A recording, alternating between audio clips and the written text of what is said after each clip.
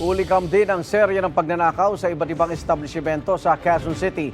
Ang inarestong suspect aminado sa pagnanakaw dahil hirap daw siyang makahanap ng trabaho. May unang balita si James Agustin.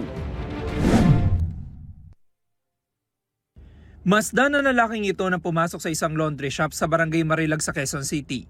Lumingali nga siya na tila may hinahana hanggang sa makita niyang isang bag na nakapatong sa lamesa. Tumingin muna sa labas para tiyakin kung may ibang tao.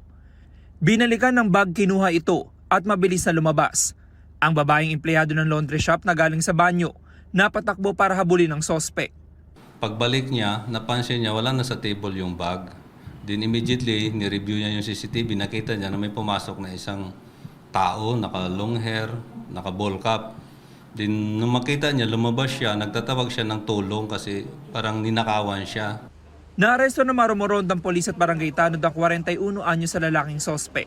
Nabawi sa kanyang ninakaw na bag na naglalaman ng 12,000 pesos na kita ng laundry shop, isang cellphone, mga ID at 2 passbook.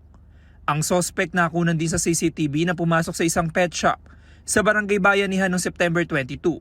Nang matiyak na walang ibang tao, kinuha niya ang isang cellphone na nakapatong sa lamesa. Ang akala ng empleyado is na-misplace niya yung cellphone niya. Dinireview ulit yung CCTV. Sa imbestigasyon ng QCPD, may ninakawan pa ang sospek na isang car wash at kainan. Dumarayo lang daw sa Quezon City ang sospek na residente ng Pasig City.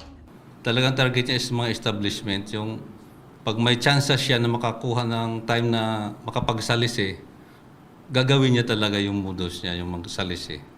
Sa record ng pulisya, nakulong na ang sospek sa Cubao noong nakaraang taon dahil sa akyat bahay. Aminado ang sospek sa mga nagawang krimen. Nahirapan din po kasi ako maghanap ng trabaho, tapos nangupahan pa ako sa bahay ko. So wala po akong pangbayad ng upa ko. Gusto ko umuwi ng probinsya, wala po akong pamasahe. Sobrang humingi po ako sa kanilang pasensya. Sinampa ng sospek ng reklamong theft na posible pang madagdagan dahil sa lumutang na iba pang nabiktima. Ito ang unang balita. James Agustin para sa GMA Integrated News.